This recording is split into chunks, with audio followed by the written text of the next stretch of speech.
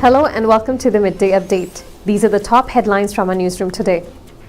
His Majesty the Sultan sends condolences to King of Saudi Arabia. Oman urges nations to battle COVID-19 at UN General Assembly. Sri Lanka Embassy's initiative to reach out to expat community. Muscat International Airport welcomes first Swiss Edelweiss flight. Expat imprisoned faces deportation from Oman. US formally recommends Pfizer COVID19 vaccine for children aged 5 to 11. Taliban bans use of foreign currency in Afghanistan. Lebanon working to solve dispute with Gulf countries, says the president. Muscat to host regional karting championship from November 16th to 20th. And lastly, from T20 Cricket World Cup, Pakistan enters semis after win against Namibia. These were the top headlines from our news studio today. Let's see how the weather looks like in the Sultanate of Oman. Mainly clear skies over most of the Sultanate with chances of late night to early morning low-level clouds and fog patches along parts of Ash-Sharqiya and Al-Wusta governorates. With that, let's see how the temperature is like in rest of the governorates. Muscat will be sunny with temperatures between 24 to 35 degrees Celsius. Musandam will also be sunny with temperatures between 25 to 32 degrees Celsius. North Al-Batina will also be sunny with temperatures between 26 to 32 degrees Celsius. South Al-Batina will also be sunny with temperatures between 25 to 34 degrees Celsius. Al-Buraimi will also be sunny with temperatures between 24 to 34 degrees Celsius. Ad-Dahira will also be sunny with temperatures between 23 to 35 degrees Celsius. Ad-Dakhliya will also be sunny with temperatures between 21 to 34 degrees Celsius. North Ash-Sharqiya will be sunny with temperatures between 21 to 35 degrees Celsius. South Ash-Sharqiya will also be sunny with temperatures between 21 to 32 degrees Celsius. Al-Wusta will be sunny with temperatures between 22 to 36 degrees Celsius. And lastly, Dhofar will also be sunny with temperatures between 25 to 31 degrees Celsius.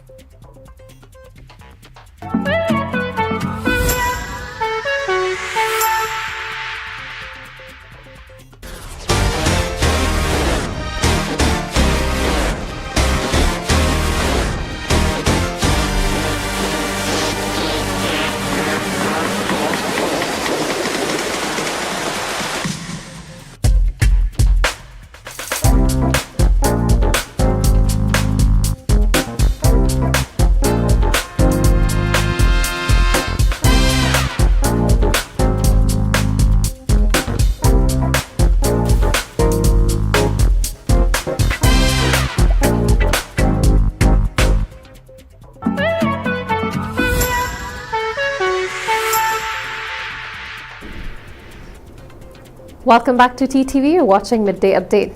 Before we start with the local stories for today, let's see how the COVID-19 situation looks like in the Sultanate. The Ministry of Health has announced the registration of one death case due to coronavirus in Oman.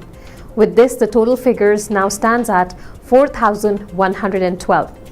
The health officials have also extended their deepest condolence to the family of the deceased.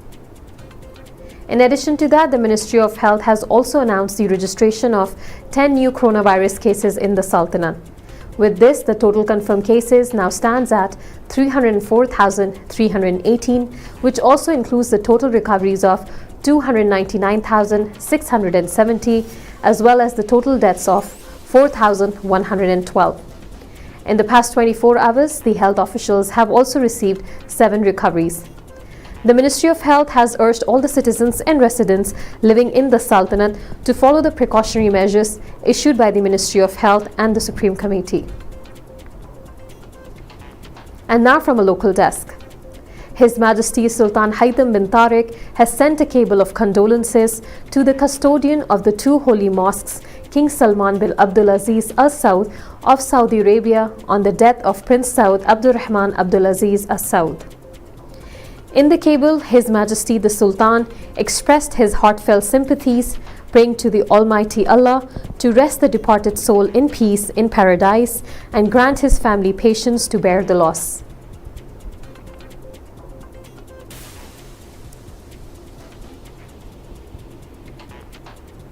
The Sultanate of Oman called on the world to focus on confronting the COVID-19 pandemic until it resets and recovers from it.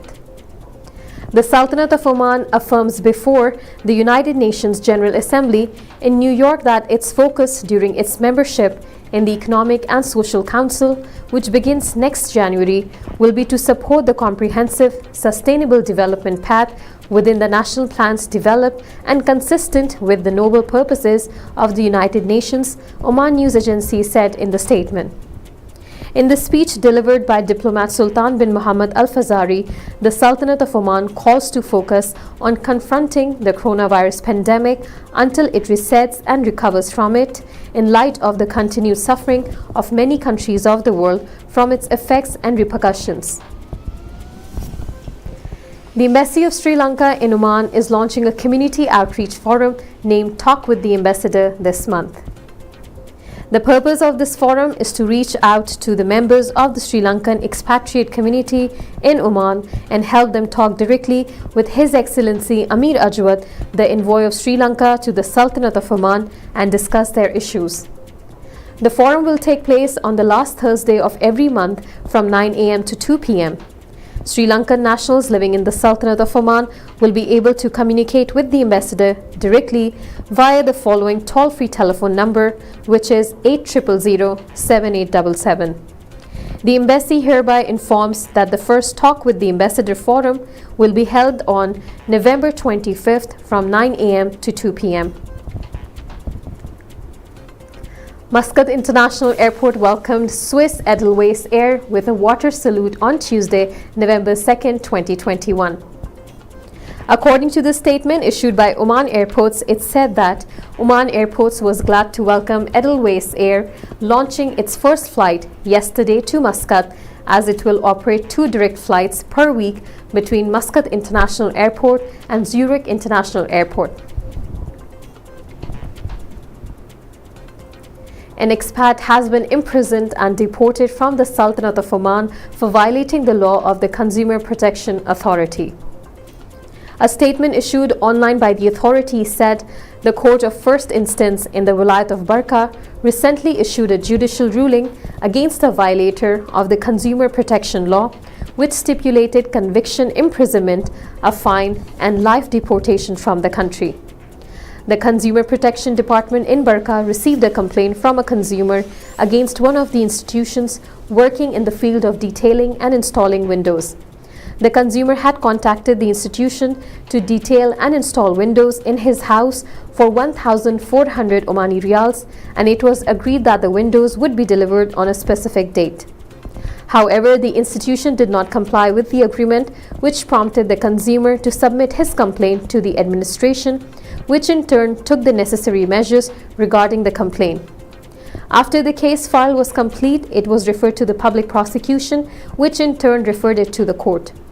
The court issued a judgment convicting the accused of a misdemeanor of failure to provide the service properly, a misdemeanor of non-compliance with transparency and credibility, a misdemeanor of working outside the scope of the sponsor, and a misdemeanor of negligence in renewing residency. The court decided to punish the accused for the first charge with 3 months imprisonment, for the second with 4 months, for the third with 1 month, and for the fourth with 7 days in prison. The penalties are combined against the accused, and the most severe are implemented with his permanent deportation from the country and obligating him to pay the civil right claimant an amount of 500 Omani riyals. This was all from our local desk for today. It's time for us to take a quick commercial break, but stay tuned as we have more updates coming your way from our international desk.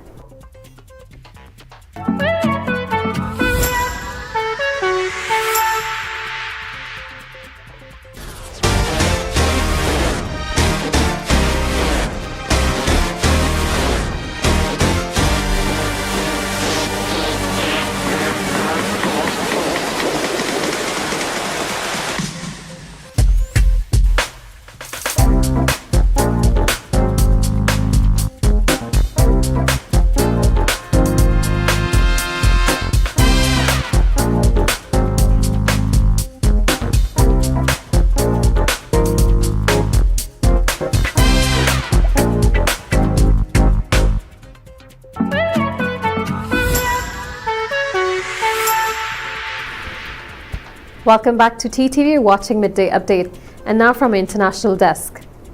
Following rigorous review and authorization process by the US Food and Drug Administration, commonly known as FDA, the Centers for Disease Control, commonly known as CDC, on Tuesday has formally recommended the Pfizer COVID-19 vaccine for children 5 to 11.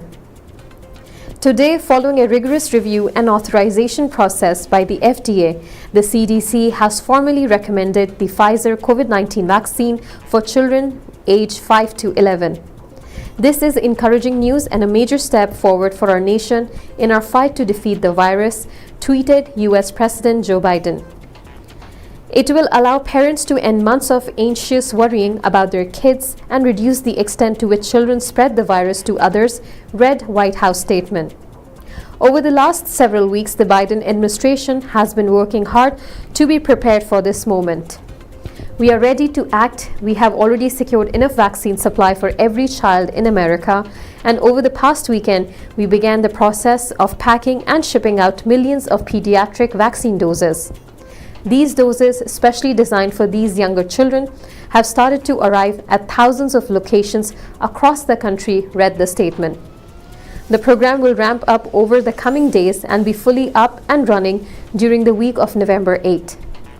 Parents will be able to bring their children to thousands of pharmacies, pediatricians' offices, schools, and other sites to get vaccinated.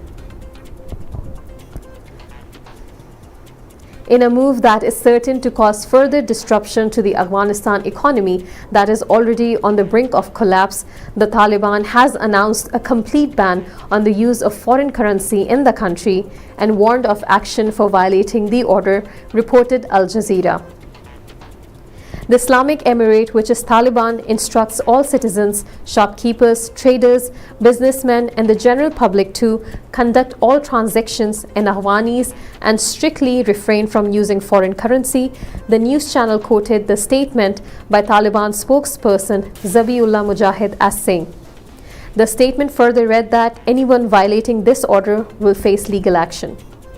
According to the channel, the US dollar is the widespread medium of exchange in Afghanistan's markets. The bordering areas use the currency of neighboring countries like Pakistan for trade purposes, reported the news channel. Notably, Afghanistan's access to more than 9.5 billion US dollars has been blocked by the US, the World Bank, and the International Monetary Fund after the Taliban takeover in Kabul on August 15. Millions of Afghans have been internally displaced and thousands have left the country, giving rise to a growing humanitarian crisis. The country is in a dire economic situation with no international support and connectivity, resulting in an extremely difficult situation for ordinary people. Lebanon's President Michel Aoun said on Tuesday that Lebanese authorities are working on solving the dispute with Saudi Arabia and other Gulf countries, a statement by Lebanon's presidency reported. We are working on all levels in hope to find a suitable solution for the dispute with the Gulf, Aoun said during his meeting with members of the European Parliament's delegation for relations with the Mashriq countries.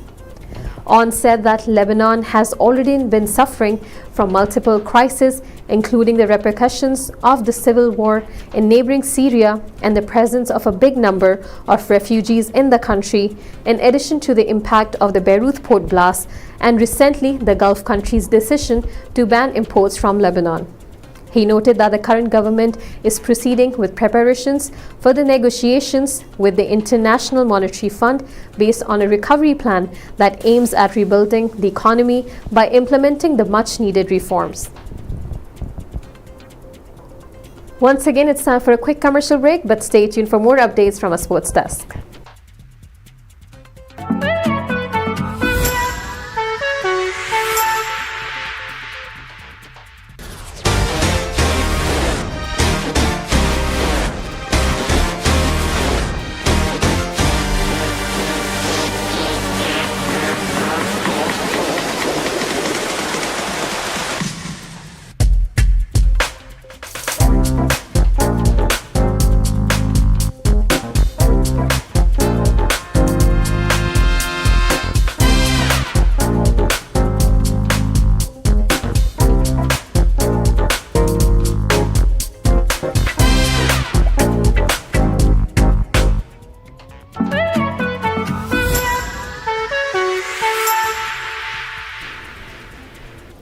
Welcome back, and now from a sports desk.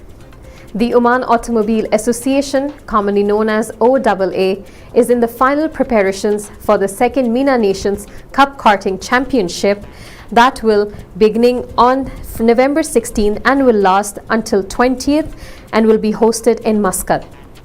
The Sultanate competitors are the defending overall champions.